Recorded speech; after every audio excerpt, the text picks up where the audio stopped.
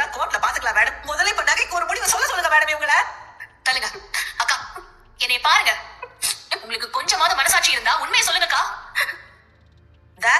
இப்ப எதுக்கு நீ பாத்துட்டு வந்து நிக்கிற? எது பேசுறதா இருந்தாலும் இன்ஸ்பெக்டர் அம்மா பேசட்டும். நீ போ, முதல்ல போ. அக்கா உங்க நகை முழுக்க தங்க நகையா? ஆமா மீனா, தங்க நகைதான். அக்கா எதுக்குக்கா நீங்க இப்படி ஆயிட்டீங்க? தாலி பிரிச்சு கோக்குற அன்னைக்கு மொட்டை மாடியில என்ன நடந்தது? நாம என்ன நடந்துச்சு ராஜி? நம்ம என்ன பேசணும்? எனக்கு எதுவும் ஞாபகம் இல்லையே. நானும் ராஜியும் தாலி பிரிச்சு கோத்த அன்னைக்கு போட்டோ வீடியோல எடுத்துட்டு இருந்தோமே.